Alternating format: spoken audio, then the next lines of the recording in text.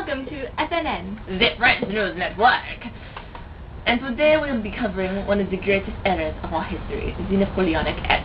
I'm Francesca Bomanete. And I am Pierre Bourgeois. Today we have a special guest, Napoleon Bonaparte himself.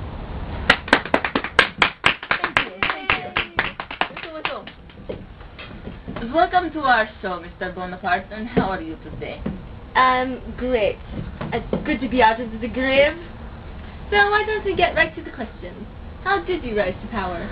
Well, in 1793 I defeated the British at the port city of Toulon. We squished them like the little bugs that they are. We just so happen to have an old report from that battle. Why don't we go to the clip? At the port city of Toulon, where a major battle is about to unfold. Oh my gosh, I think I see some action! And of course, the French army is victorious. After that, I defeated the Austrians and we made peace. I then led an expedition to Egypt.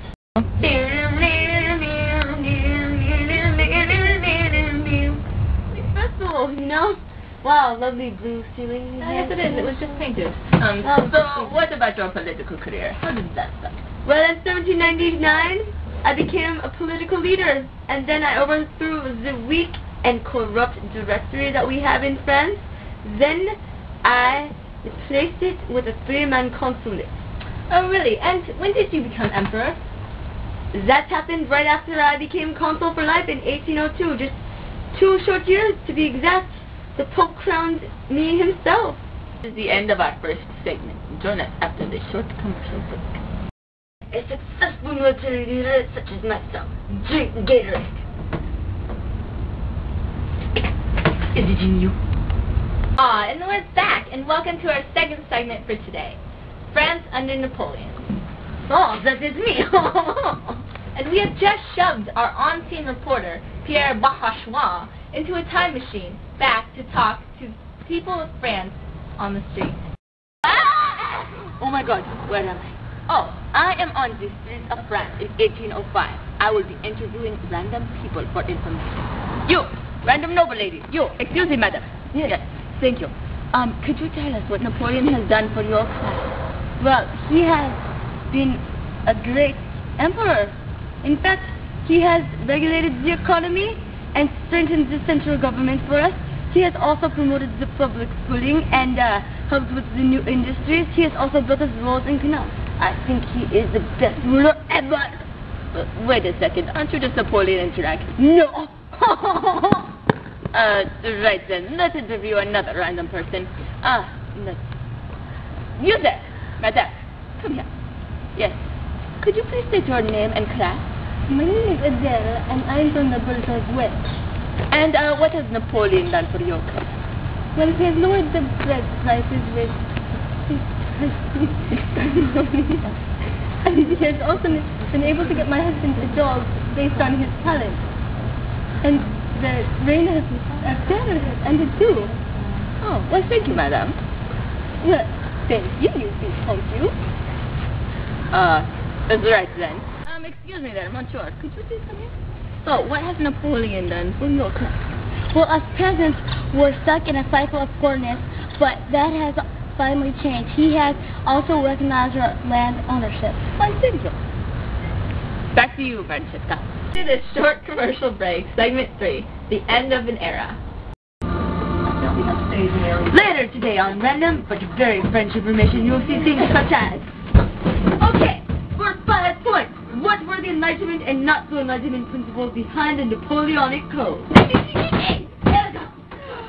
Equality for all citizens before the law, religious tolerance, and advancements based on merit. But it also took away women's rights, making men the ruler of the household. Napoleon cared more about the order and authority over the individual rights. In your face! Dang it! Join us at 7:38 in 6 seconds to watch this unfold. Welcome back to the last segment of our show, End of an Era. So, Napoleon, what caused the end of your reign? Why do you? Anyways, it all started with the resistance to my awesome power. The stupid Spaniards fought with their guerrilla warfare. we were defeated by the Russians also with their slash and burn technique, or as I like to call it, the run and hide in your freezing climate and wait for the French to turn into Frenchicles technique. And then the freaking quadruple alliance started with Russia, Prussia, Britain, and Austria, and it was just all downhill from there. You know, like the Swiss people on their skis. Is that what you call it? Yes. Okay. Well, they are going downhill and they have no control whatsoever, and they run into a tree. What's up with that? It was like that. What about the Congress of Vienna? Yes, that was also the quadruple alliance. They had the stupid meeting in order to raise barriers against our aggression towards them. I mean, what are they talking about? And then they had their mission for everlasting peace. What pooheads. They're just jealous of my awesome power. So how do you think your reign affected not just France, but the world? Well, I like to think that it helped increase the social structure based on achievement and wealth, and also promoted reward based on talent and merit, you know, rather than the status. It promoted new forms of governing and economics, and it showed that there is more than one way to rule your country. How eloquently put. It was nice to have you on our show. Well, thank you. Now I must be off to my grave. It is waiting for me. I think. Join us next time on FNN when we discuss rabid French monkeys.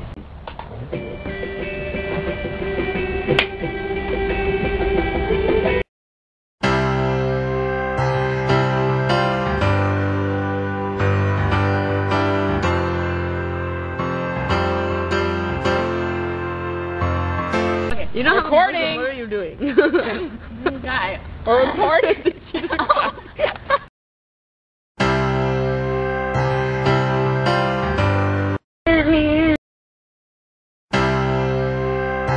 Excuse me, monsieur.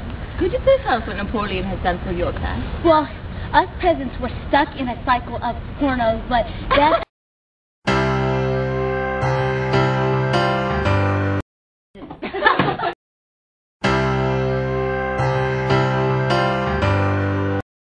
based on achievement and wealth, and also provoke